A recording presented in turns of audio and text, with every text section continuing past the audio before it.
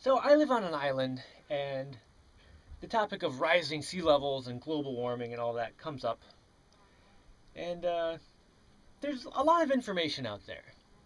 Like you can go online and find a lot of different scientific talks about global warming, about the lack of global warming. I mean, just there's a huge, huge amount of material, and that's because there's massive amounts of money going into this because it's kind of it's causing a hysteria and it's a big public issue, and there's just lots of money getting pumped into it. And this is one of the reasons I'm skeptical of the whole global warming situation, is because people who blow it more and more out of proportion are making more and more money. So it's kind of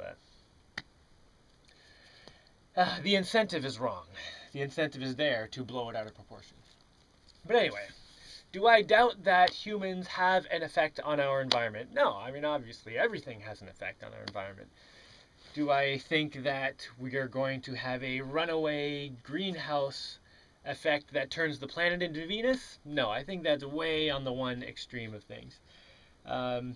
Do I think that humans are even the main contributors to the global warming that, is sort of happening recently?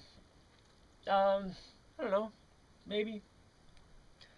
I don't think it's hugely important to focus on the global warming part of the issue because the global warming is just a symptom of like garbage and pollution, basically. Like the big problem is that we're causing huge amounts of waste, and the reason the problem is being framed as global warming instead of just as a garbage problem is that then people think they need these huge governments and huge corporations to take care of it. So it puts all of the power into the governments and the big organizations and takes all the power away from the people. Because look at it this way. Go up to someone and say, how do you fix the climate of the planet? And they'll think, whoa, the planet. Oh, I mean, that's huge. We're gonna need to get the governments and the huge organizations. Oh man, it's just a huge thing. I mean, there's nothing I can personally do about it. Okay, then say to someone, okay, what do you do to fix this huge garbage problem we've got? There's too much garbage. Well, they can look at their garbage can and say, oh wow, there's my overflowing garbage can. That's the problem right there, right in my kitchen. It's right in front of me. I can do something about that. So it's a way of framing the problem to make it so people feel helpless, like they can't do anything, and they need these big organizations to fix it. And I do think we should fix the garbage problem, which would fix any of these potential global warming problems. But here's the biggest reason I think this whole global warming hype thing is blown way out of proportion. I go online, and there are a lot of scientists who talk about global warming, how it's this disaster, and in this many years this horrible stuff is going to happen, and that it keeps getting bumped back, another decade every time it doesn't happen. But all that aside, they say all this terrible stuff's going to happen, and they always end with something to the effect of, and if you don't believe this, you're ignorant. Or if you question this science, you're an idiot. Like something along the lines of that. Everybody knows this. If you're the last person who doesn't believe this, you're an idiot. Don't question the science. Don't question the science. That makes me feel like I'm being led into an art gallery full of paintings, blindfolded, by a guide who is taking me around the art gallery and telling me what all the paintings are. Oh, this is a beautiful painting of amazing scenery with gorgeous sunset and giant robots on the horizon. And when I think, wow, I want to look, I go to take my blindfold off, and the guy says, no, you idiot! Leave that on, you stupid moron! Don't be ignorant! Leave your blindfold on! I'm telling you, why don't you believe me?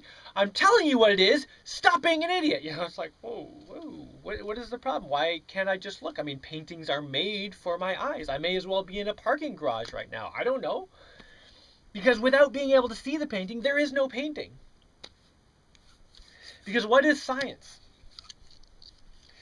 Now let's just put aside all the details of how it happens practically. You know, the scientific method and the peer review and all, put all that aside. Just get down to the basic roots of what starts all that stuff. What is science? Science is questions. You question, what is this? Why does this work? Why does this do this? Why do I have to breathe this stuff, but I can't breathe this stuff? And why is this hard, but this is flappy? And why is there liquids? And why does it freeze? And why does it take more energy to freeze than it does? And all this stuff. It's just questions. That's what science is. And science never, ever comes up with conclusions that are final. Newton came up with laws to describe all of the motion of all of the stuff that was observable at the time. And for whole people's entire lifetimes, they went through their whole lifetimes questioning this and never finding a hole in the situation, until eventually someone found holes in Newton's equation or Newton's laws and said, wait, Newton's laws work for all this stuff, but with this, it doesn't seem to work. Oh, and wait, we look a little further here, and it turns out it doesn't work with this either, or that, and there's a huge universe full of stuff where Newton's laws, they're not accurately describing what's going on. And the only reason we even know that is because people continued questioning it. And now we have all this quantum physics and all this new stuff. New information, and that's going to be disproven, and we're going to keep getting, new more information because people keep questioning it. That's what science is. Questions. So when a scientist, and I don't care how many degrees or awards or science trophies you have, if you are calling yourself a scientist and you tell me to not question the science, you are the idiot. So I'm questioning it. The whole thing. Still though, I am making my house 10 feet above sea level.